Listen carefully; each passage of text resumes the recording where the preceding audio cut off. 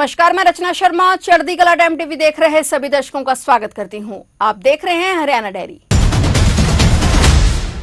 हरियाणा के मुख्यमंत्री नायब सिंह सैनी ने कहा कि गुरुग्राम में नागरिकों को बेहतर सुविधाएं उपलब्ध कराने और उनकी समस्याओं के समाधान के लिए हरियाणा सरकार लगातार काम कर रही है। समय के साथ व्यवस्थाओं में सुधार हो रहा है और जिन क्षेत्रों में पहले समस्याएं अधिक दिखाई देती थी वहां अब सकारात्मक बदलाव देखने को मिल रहा है। उन्होंने कहा कि कई बार अत्यधिक वर्षा होने के कारण अचानक व्यवस्थाओं पर अतिरिक्त दबाव आता है और जलभराव जैसी परिस्थितियां उत्पन्न होती हैं, लेकिन इसके बावजूद पिछले समय में किए गए कार्यों का लाभ स्पष्ट रूप से अब दिखाई दे रहा है। मुख्यमंत्री नायब सिंह सैनी ने गुरुग्राम में जिला लोक संपर्क एवं कष्ट निवारण समिति की बैठक की अध्यक्षता की। बैठक में कुल 17 परिवाद रखे गए थे, जिनमें से मुख्यमंत्री ने 14 का मौके पर ही निपटारा कर दिया, जबकि 3 मामलों का आगामी बैठक कर लंबित रखने के निर्देश दिए। उन्होंने संबंधित अधिकारियों को निर्देश दिए कि लंबित मामलों की स्टेटस रिपोर्ट अगली बैठक में प्रस्तुत करें। उन्होंने अधिकारियों को निर्देश दिए कि मामले में किसी प्रकार की लापरवाही न बरती जाए। औद्योगिक क्षेत्र में पर्याप्त, नियमित और निर्बाध बिजली आपूर्ति सुनिश्चित करने के लिए 33 केवी सब स्टेशन के निर्माण की प्रक्रिया को प्राथमिकता के आधार पर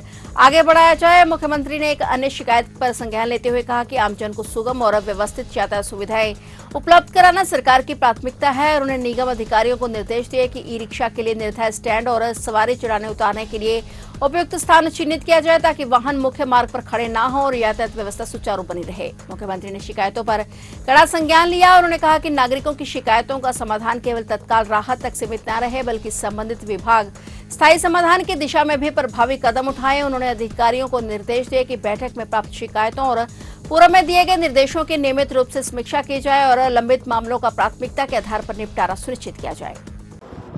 आज टोटल जो ग्रीवेंस के अंदर 17 एजेंडे रखे गए थे, 17 में से 14 का समाधान हुआ है, 3 को लंबित किया गया है। और ये अलग अलग समस्याएं थी, चाहे अक्रोचमेंट को लेकर के थी या ट्रैफिक की समस्या को लेकर के थी, कुछ अन्य बिजली को लेकर के समस्याएं थी, किसान की समस्या थी कि उसके खेत में बिजली की एक्सीडेंट हुआ है, पोल टूटा तो उसके कारण से आग लगी। इस प्रकार की समस्याओं के समाधान वो अलग अलग अधिकारियों को कहा है और उनके समाधान उनको राहत वो मिले, उसको लेकर के आज इसमें किया गया है। एक पायनियर इंडस्ट्री पार्क जो तावड़ू रोड पर है, जिसका मैंने कहा है कि उसके अंदर एक 33 केवी का सब स्टेशन वो लगना था, क्योंकि जो इंडस्ट्रियल पार्क जिसने काटा है उसने उसमें एक 33 केवी का सब स्टेशन बना करके देना था इंडस्ट्रियलिस्ट को, परंतु अभी तक नहीं बना। उसके ऊपर भी मैंने तुरंत कहा है कि संज्ञान लेते हुए कार्रवाई तब वितरित करें और वहाँ पर वो सुविधा भी लोगों को उपलब्ध कराएं इंडस्ट्रियलिस्ट को, ताकि उनको कोई समस्या का ना आए और वो जल्दी ही उसका समाधान हो। इस प्रकार से कुल 17 एजेंडों में से 14 एजेंडों का समाधान हुआ है और बाकी 3 पेंडिंग ये रखी गई हैं।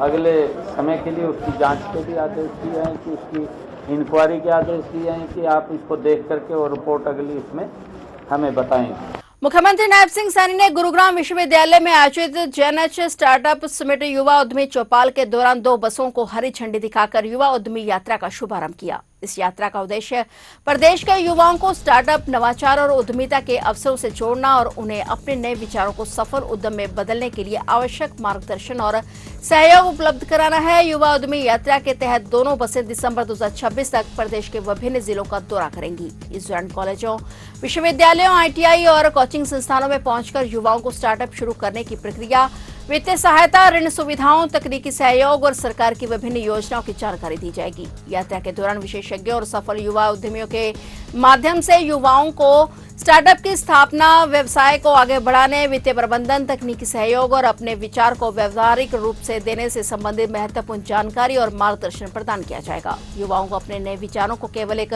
विचार तक सीमित न रखते हुए उन्हें वास्तविक उद्यम में बदलने के लिए प्रोत्साहित किया जाएगा। युवा उद्यमी यात्रा के माध्यम से प्रदेश में स्टार्टअप और उद्यमिता की संस्कृति को जमीनी स्तर तक पहुंचाने का प्रयास किया जाएगा और अधिक से अधिक युवाओं को नवाचार के क्षेत्र में आगे आने, नए उद्यम स्थापित करने और रोजगार के अवसर पैदा करने के लिए प्रेरित किया जाएगा। सरकार का लक्ष्य युवाओं को नौकरी तलाशने वाले से नौकरी देने वाले बनाने का है। यह यात्रा इसी सोच को साकार करने की दिशा में महत्वपूर्ण पहल है, जिसके माध्यम से युवाओं को अपने स्टार्टअप विचार को मूर्त रूप देने के लिए आवश्यक जानकारी, मार्गदर्शन और सहयोग उपलब्ध कराया जाएगा।